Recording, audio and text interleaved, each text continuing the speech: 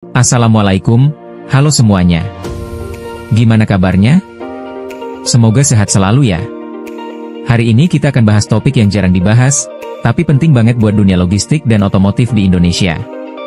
Yaitu, kenapa sih truk-truk Eropa seperti Scania, Volvo, dan Mercedes-Benz belum terlalu populer di jalanan Indonesia?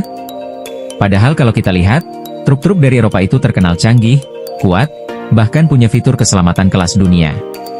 Tapi kenapa tetap aja mereka kalah pamor dari truk Jepang kayak Hino, Isuzu, atau Mitsubishi Fuso? Yuk kita bedah satu persatu dengan data dan logika yang netral. Kita mulai dari kondisi pasar dulu.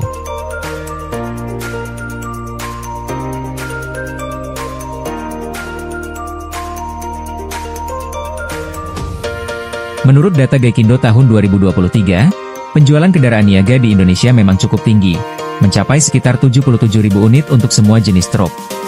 Tapi yang menarik, 90% lebih dari truk-truk itu berasal dari merek Jepang seperti Mitsubishi Fuso, misalnya, berhasil menjual lebih dari 30.000 unit. Diikuti oleh Hino dengan sekitar 26.000 unit, dan Isuzu di angka belasan ribu. Sementara itu, truk Eropa seperti Mercedes-Benz hanya mencatatkan sekitar 1.400-an unit. Scania, lebih kecil lagi, di bawah 700 unit sepanjang tahun. Artinya, truk Eropa punya pangsa pasar kurang dari 2%. Itu pun sebagian besar digunakan di sektor-sektor khusus seperti pertambangan besar atau proyek infrastruktur pemerintah.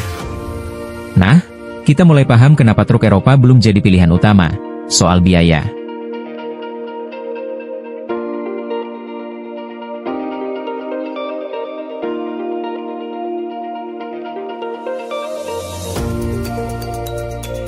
Truk Eropa umumnya berstatus CBU, completely built up, alias impor utuh, dan harganya bisa 2-3 kali lipat dari truk Jepang. Misalnya, satu unit truk Scania atau Volvo bisa dihargai di atas 2 miliar rupiah, sedangkan truk Fuso medium duty bisa didapat di angka 700 rupiah, 900 juta. Belum lagi, biaya perawatan, spare part, dan pelatihan driver lebih tinggi. Karena teknologi Eropa itu memang rumit dan presisi. Bagi perusahaan logistik yang kejar efisiensi dan pengembalian modal cepat, jelas ini jadi pertimbangan besar. Proyeknya lama, operasionalnya mahal.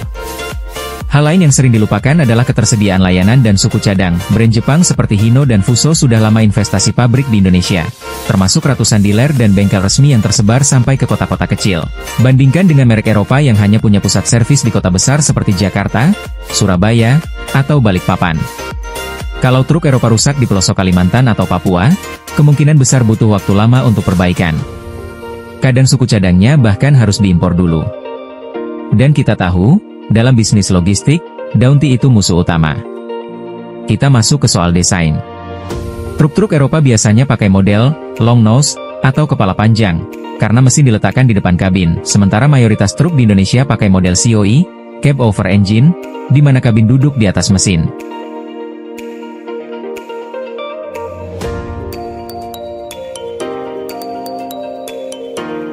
Ini penting karena regulasi Indonesia membatasi panjang total kendaraan.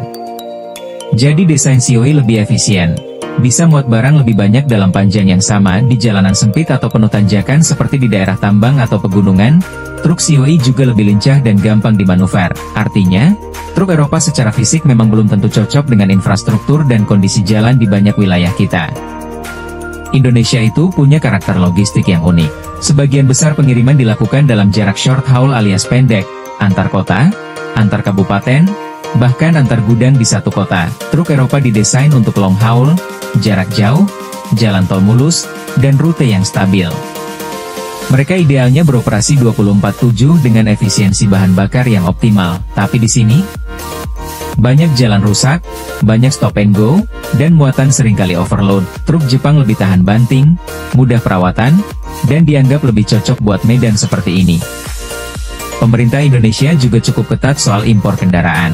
Truk CBU dikenakan bea masuk tinggi, pajak barang mewah, dan ada aturan teknis yang harus dipenuhi, termasuk standar emisi dan keselamatan. Akibatnya, tidak semua varian truk Eropa bisa masuk ke Indonesia dengan mudah.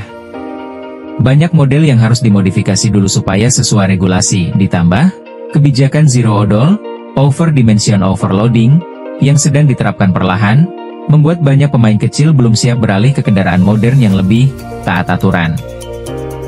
Jadi, kenapa truk Eropa belum banyak digunakan di Indonesia? Bukan karena mereka jelek atau nggak bisa bersaing, tapi lebih ke soal kecocokan, harga tinggi, layanan terbatas, desain kurang pas, dan regulasi yang ketat.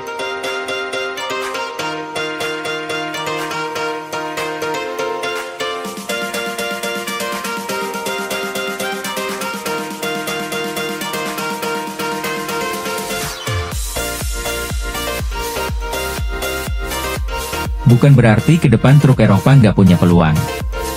Siapa tahu, saat infrastruktur makin baik dan logistik makin modern, mereka bisa jadi pilihan utama. Nah, menurut kamu, perlu nggak sih truk-truk Eropa mulai lebih banyak hadir di jalanan kita? Yuk diskusi di kolom komentar.